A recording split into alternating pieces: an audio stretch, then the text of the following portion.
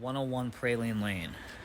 A creature named Steve dabbed a dollop of horseradish into his tall, thin glass of soy milk. He loved the combo. If only I weren't such a hideous creature, thought Steve as he sipped the beverage. Just then, his phone rang. The office phone was blue. Damn it, it was pink. Steve's burglar alarms. His face reddened as he repeated the worn greeting.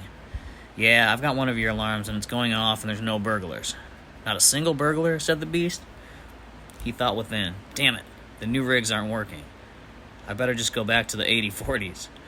No, I tell you, I paid for this thing and it's buzzing and fuzzing and going drang, there's no burglars, and I'm gonna call the BBB. Okay, just tell me your name and the date the unit was installed. The name is Dale Chihuly, and this contraption was put in on December 25th. December 25th. Okay, we'll be right there. The creature named Steve was momentarily perplexed. Chihuly? Oh, I know. It's Dale Chihuly, the famous glassblower. What kind of creature am I selling an 80-60 to a famous glassblower? I should have my tentacles twisted.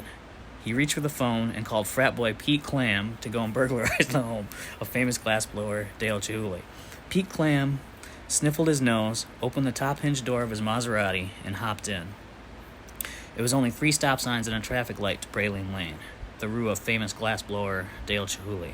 Pete Clam checked his thick underwater watch. The trip had taken 7 minutes. He parked in the driveway at 101 Praline Lane.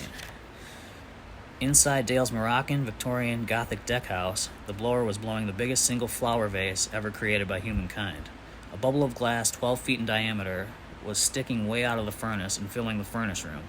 Purple streaks laced the otherwise aqua-tinted glass. One wrong move, and Chihuly would be covered from head to toe in a deadly pool of glassy broth, swallowed by his own creation. Pete Clam covered his head with a stocking, withdrew from his holster a Saturday night special, and kicked open Chihuly's pantry door. He aimed the fancy weapon straight ahead, but to no avail. The pantry was empty. Through a tube, Dale blew the 12-foot bubble bigger and bigger. There was barely room to avoid touching the bubble.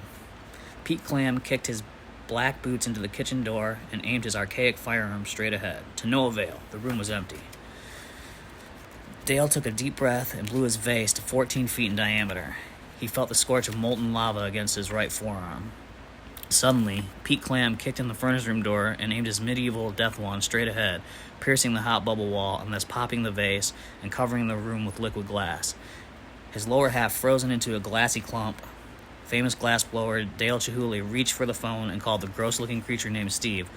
I guess your burglar alarm worked after all. There was a burglar. Good to hear. Just call if you have any problems. Bye-bye. That day, as he walked home, many stared at the smelly monster.